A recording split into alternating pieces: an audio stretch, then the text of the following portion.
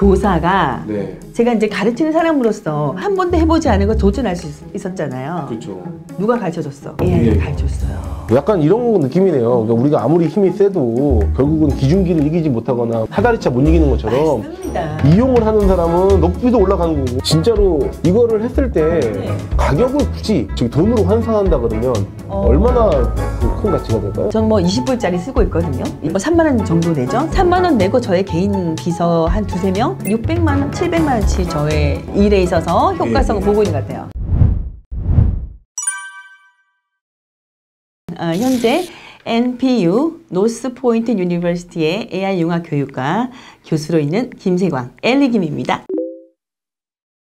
원래 제가 지난 해에 그 대안학교에 있었어요. 실험 프로젝트를 했었는데 네네. 지역사회 문제를 해결하는 프로젝트를 했어요. 지역사회 문제를. 네, 그 지역이 해운대였습니다. 해운대의 여러 가지 문제들을 해결하는 걸. 그 지역사회 문제를 AI 기반으로 어떻게 할까? 네. 그것을 연구 프로젝트로 대안학교 학생들과 했어요. 제가 뭐 코딩도 모르고 지역사회 문제가 뭔지를 모르는 백지 상태에서 질문으로 시작한 거죠. AI와 커뮤니케이션 하면서. 아예 모르는데. 그렇죠. 우리 그때 학생들이 중학생, 고등학생들이었어요. 네네네. 문제 해결할 수 있는 게 뭘까라고 우리가 챗GPT한테 물어보자.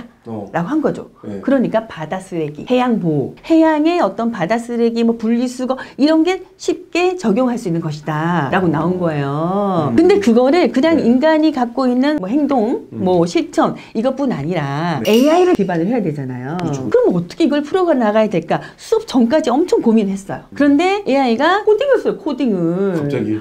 이게 뭐지? 보니까 티처블 머신이라는 걸 알려주는 거예요. 네. 구글에 있다 이게. 네. 그러면은 이 AI가 딥러닝 학습을 해가지고 네. 내가 하는 것을 학습한다는 거야. 교사가 네. 제가 이제 가르치는 사람으로서 한 번도 해보지 않은 거 도전할 수 있었잖아요. 그렇죠. 누가 가르쳐줬어? AI가 AI가. 가르쳐줬어요. 이렇게 해라라고 알려주는 거예요. 예. 그래서 딥러닝이 어떻고 저렇고 내가 이론적으로 배웠던 걸 네. 실제로 할 수 있었던 기회가 된 거였던 거지.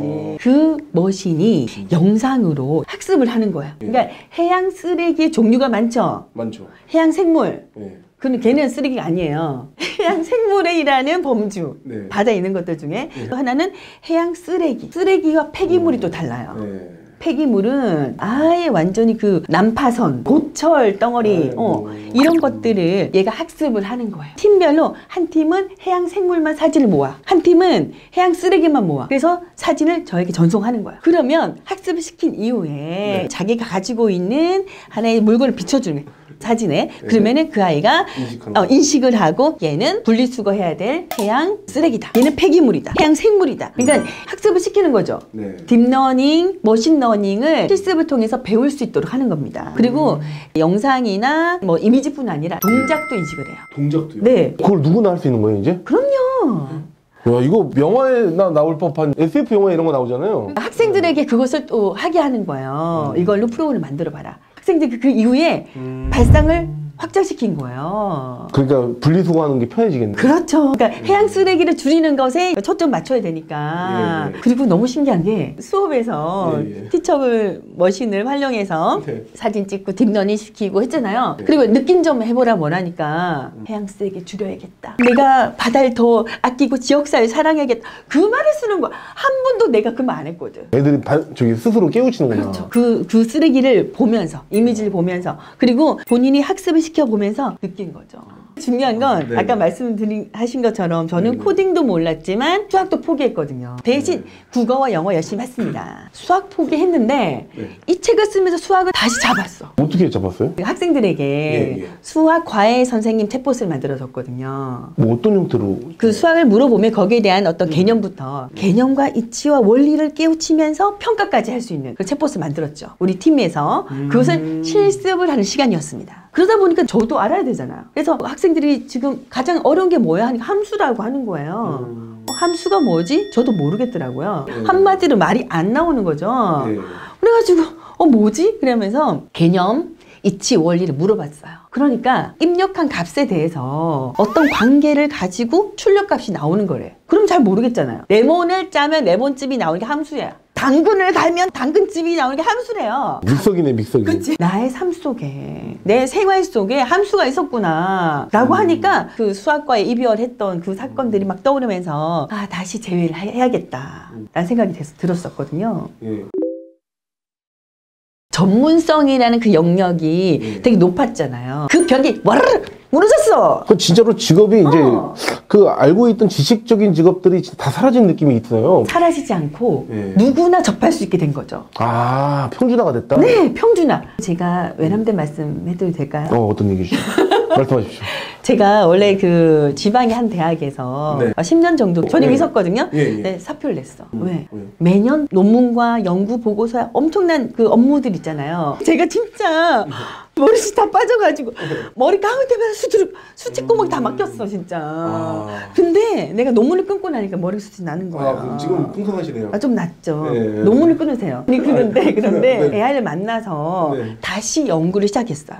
그래서 2024년 KCI 등재했어. AI 조교 생겨서 그리고 제가 쓴 글에 대한 분석을 계속 해주면서 하니까 가이드가 있을 때 더 좋은 질의 결과물이 나오는 거죠. 대단하네요, 이게. 앞으로 그러니까 지식을 통해서 무언가를 전달하거나 그랬을 때는 이 챗GPT를 사람이 이긴다는 건 이제 불가능한 영역이 됐네요, 이미. 네, 그렇긴 한데 이제 그거를 평가하기 위해서 더 깊은 통찰이 있어야겠죠. 약간 이런 느낌이네요. 그러니까 우리가 아무리 힘이 세도 결국은 기중기를 이기지 못하거나 사다리차 못 이기는 것처럼 맞습니다. 이용을 하는 사람은 높이도 올라가는 거고 조정을 할 줄 알아야 되는구나. 맞습니다. 그러니까 우리가 AI를 무서워할 게 아니라 AI라는 탑재해서 그거를 활용해서 더 맞습니다. 크게 성공해라 이런. 네네. 중요한 건 한 번도 타보지 않았던 탑차는 엄청 무섭잖아요. 무섭죠. 네. 그리고 특별한 자격증이 필요해.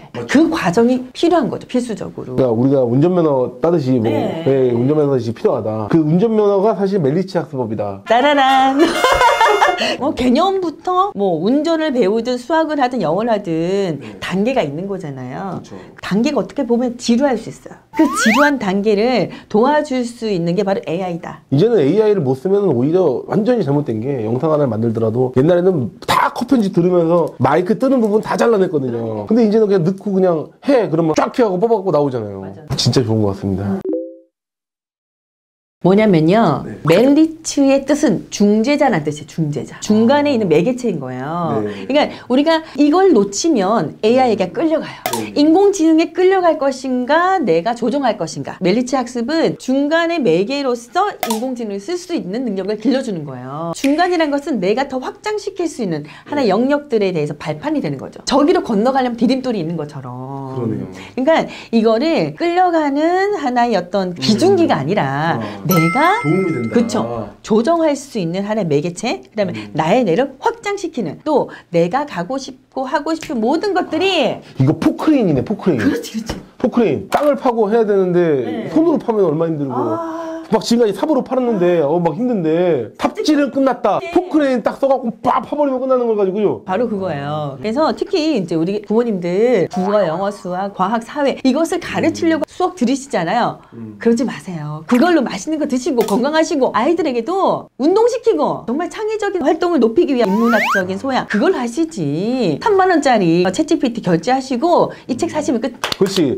포크레인이 나왔는데 굳이 포크레인을 안 쓸 필요가 없고 배워서 쓰면 보물을 쉽게 팔 수 있는데 땅속에 깊게 박혀있는 보물들을 캐려면 포크레인이 필요하다. 너무 많은 투자를 자녀에게 하더라고요. 사실 두려워하는 사람들 지금도 많거든요. 포크레인 무섭게 생겼잖아요. 그러니까 네. 조정하면 안 무서워. 옆에 있는 사람이 무섭지. 뭐 여러 분들 있잖아요. 초등학생부터 성인까지 다 특강을 이제 다 할 수도 있고 세미나를 다녔었는데 네. 이것만 하지 마라. 안 하는 거 하지 마라. 계정을 만들었어.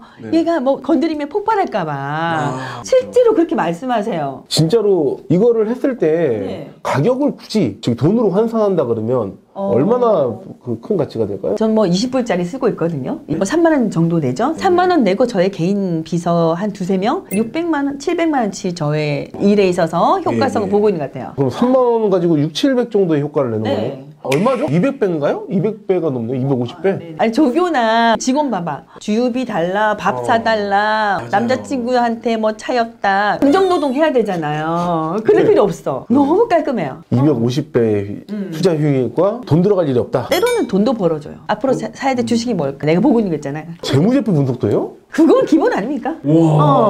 무조건 올라타세요. 지금은 전문가의 그 큰 벽, 두꺼운 벽이 무너진 시대입니다. 무엇이든 원하는 모든 것을 할 수 있습니다. 수포자, 코딩 하나도 몰랐던 선생님이 가르칠 수 있는 시대입니다. 감사합니다. 네. 예, 오늘 너무 수고 많으셨습니다. 예.